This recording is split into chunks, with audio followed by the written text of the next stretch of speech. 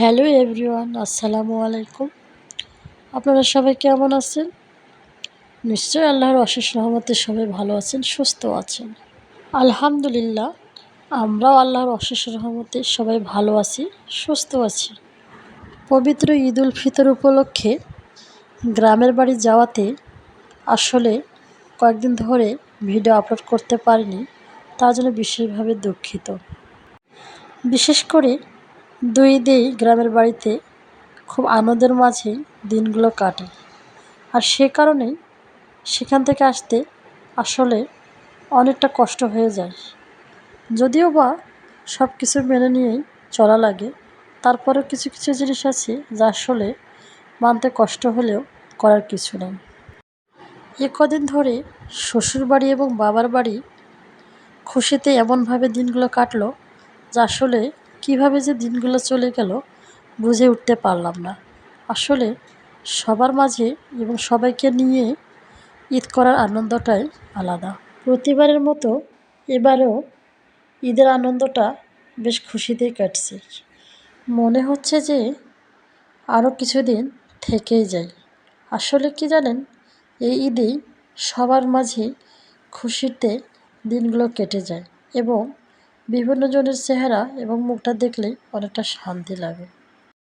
যাদের সাথে কোনো দিন দেখা হয়নি বা কখনো হবেও না জেনে সে মানুষগুলোর মুখগুলো দেখলে আসলে কীভাবে বলবো যে এতটা মায়া লাগে, আসলে করার কিছুই নেই।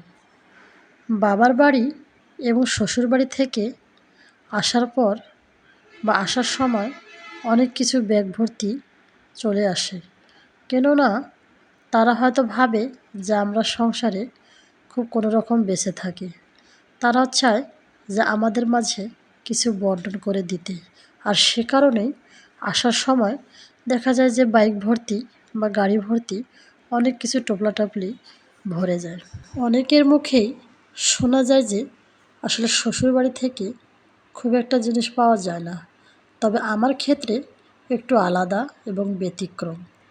আমি হয়তো বাবার বাড়ির চেয়ে শ্বশুরবাড়ি থেকেই অনেক কিছু নিয়ে আসি। আর সেগুলো হয়তো সংসারের জন্য অনেকটা প্রয়োজনীয় হয়ে পড়ে।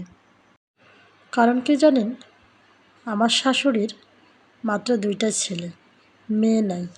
আর মেয়ে না থাকার কারণে যেহেতু আমি বাড়ির প্রথম বউ, সে কারণে আমি যাওয়ার আগে আগেই আমার শাশুড়ি আমার জন্য সব কিছু গুছিয়ে রাখে। আর সেগুলো নিয়ে আসতে আমার কষ্ট হলেও খুবই ভালো লাগে। কারণ কি জানেন, যে জিনিসগুলো আমি আমার বাবার বাড়ি থেকে পাবো সেগুলো আমি শ্বশুরবাড়ি থেকেই পাই। আর সেগুলো আনতে আমার এতটা খুশি লাগে যা আসলে বলে বোঝাইতে পারবো না। আমি শ্বশুরবাড়ি যাওয়ার আগে আগে আমার শাশুড়ি কী দিবে না দিবে সব কিছু একটু একটু করে গুছিয়ে রাখে, যাতে করে আসার সময় আমার কোনো রকম সমস্যা না হয় এবং খুব সাবধানতা অবলম্বন করে আমি সেগুলো জিনিস নিয়ে আসি। হয়তো বা আপনারা ভাববেন আসলে বাবার বাড়ি থেকে কিছুই পাই না। আসলে বাবার বাড়ি থেকেও অনেক কিছুই পাই। আসলে এগুলো থাকলে আমার সংসারে খুব একটা অপ্রয়োজনীয় কোনো কিছুই পড়ে না। যেহেতু জার্নিটা একটু লং, সেহেতু সব কিছু আমি একটু একটু করে নিয়ে এসেছি, যাতে করে আমার আসার সুবিধা হয়। আপনারা যারা আমার ভিউয়ার্স আপুরা আছেন, সকলে আমার জন্য দোয়া করবেন, যাতে করে বাকি জীবনটা আমি এভাবেই কাটাতে পারি। কথাগুলো হয়তো আপনারা বিশ্বাস করতে পারবেন না, তবে কি জানেন, বিশ্বাস না হলেও এটাই বাস্তব। আসলে সবার কপালে সবটা হয় না। আমার কপালে যা আছে হয়তো অন্যের কপালে তা নেই। আসলে অন্যের কপালে যা আছে আমার কপালে হয়তো তা নেই। পৃথিবীতে এক একটা মানুষের সুখ এক এক রকম, তবে কারো সুখের সাথে কারো সুখ মিলে যায় না। এখন আমি যে জিনিসগুলো রাখবো সেগুলো হচ্ছে দেশি মুরগির ডিম। আমার শাশুড়ি আসার আগে আগে সেগুলো আমার জন্য জমিয়ে রেখেছে। আর আসার সময় এভাবে ছোট ছোট টোপলা করে আমাকে দিয়ে দেয়। আর আসল কথা হচ্ছে, আসার সময় বাবার বাড়িতে ঢুকে পড়েছিলাম, আর সে কারণে সবাইকে একটু একটু করে খাওয়াতে আমার অনেক কিছুই কমে গিয়েছে। আসলে মেয়েরা চায় যে বাবা মা, ভাই বোন, শ্বশুর শাশুড়ি সবাইকে দিয়ে খুশি রাখতে। সাধ্যের মধ্যে একটা মেয়ের জীবনে যা কিছুই আছে তা কিছু নিয়েই সবাইকে খুশি রাখতে চায়। অনেকের প্রশ্ন, আসলে কথাটা কতটুকু সত্য জানি না, তবে সবাই বলে শাশুড়ি মেয়ে থাকলে নাকি এমন আদরটা পাইতাম না। তবে আমার বিশ্বাস, যারা আদর করার তারা ঠিকই আদর করবে, মেয়ে থাক কিংবা না থাক। আসার সময় আরও অনেক কিছু নিয়ে এসেছি। আসলে সব কিছু দেখা সম্ভব হচ্ছে না। জার্নি করে আসার পর কোনো কাজেই মন বসে না।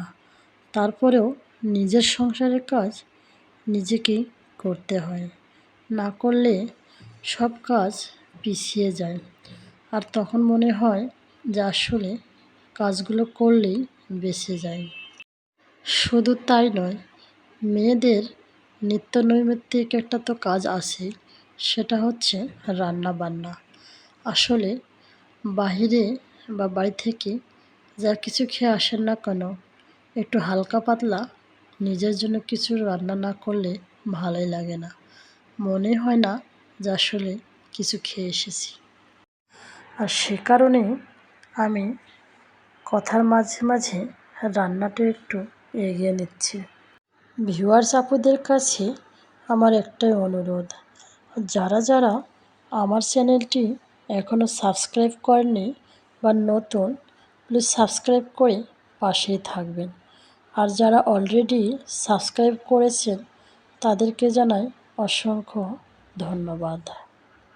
সবার ঈদ কেমন কাটলো এবং কিভাবে কাটলো প্লিজ কমেন্টে জানিয়ে দিবেন।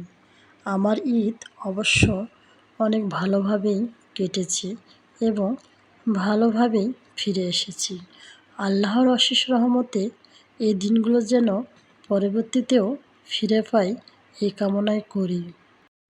আসলে জন্ম মৃত্যু সব কিছু নিয়তির খেলা।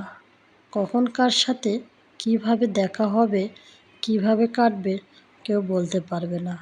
আর কখন কার চলে যাবার দিন আসবে সেটাও বলা যাবে না। তাই কথার মাঝে যদি কোনো ভুল ত্রুটি হয়ে থাকে প্লিজ ক্ষমার দৃষ্টিতে দেখবেন। মানুষ মাত্রই ভুল ত্রুটি করে থাকে, আর মানুষই ভুল করবে, এটাই স্বাভাবিক। তাই জিনিসটা আপনারা ক্ষমা দৃষ্টিতে দেখবেন। ঝটপট আমার সজনা আলুর তরকারিটা হয়ে গেছে। এখন আমি বাড়ি থেকে আনা কোয়েল পাখি মাংসগুলো রান্না করব। অবশ্য মুরগির মাংসও দিয়েছে, তবে ওগুলো হয়তো ভালো থাকবে। আর এগুলো গোটা পাখি ডিপে রেখে দিয়েছিলাম, হয়তো ভেবেছি যদি নষ্ট হয়, তাই এগুলো পরিষ্কার করে রান্নাটা আগে করে নেব। এদিকে তরকারি প্রায় হয়ে গেছে, আর ওইদিকে আমি সব কিছু ধীরে ধীরে করেও নিয়েছি।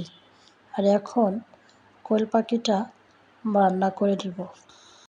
যদিও বা জার্নি করার পর বাসায় এসে কাজ করার এনার্জি থাকে না, তবু কী আর করার, রান্না বান্না ধোয়া মোছা তো করতেই হয়। কারণ কি জানেন, অনেকদিন না থাকার কারণে মনে হয় যেন সংসারটা এলোমেলো হয়ে গেছে।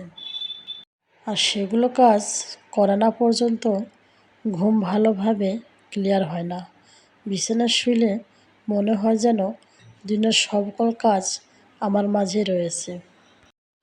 বাসায় যাওয়ার পর সবার সাথে আনন্দ উল্লাস করতেই আসলে ভিডিও আপলোড করতে পারিনি, তার জন্য বিশেষভাবে আমি দুঃখিত।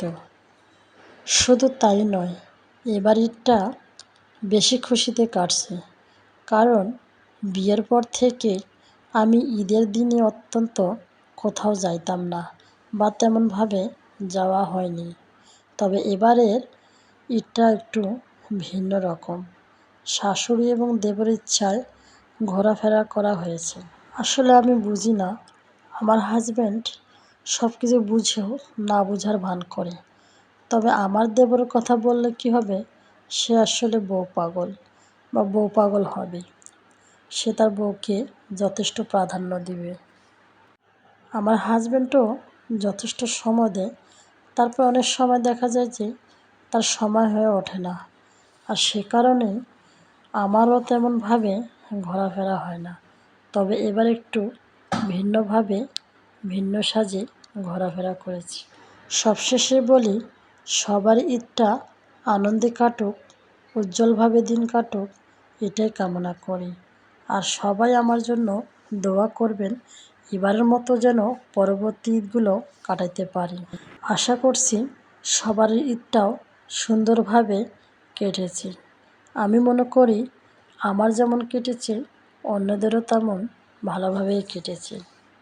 তো আপুরা, আপনাদের মাঝে আরও একটি নতুন ভিডিও নিয়ে হাজির হব পরবর্তীতে। তাই ভালো থাকবেন, সুস্থ থাকবেন এই কামনায় আজকের ব্লগটি এখানে শেষ করছি। আল্লাহ।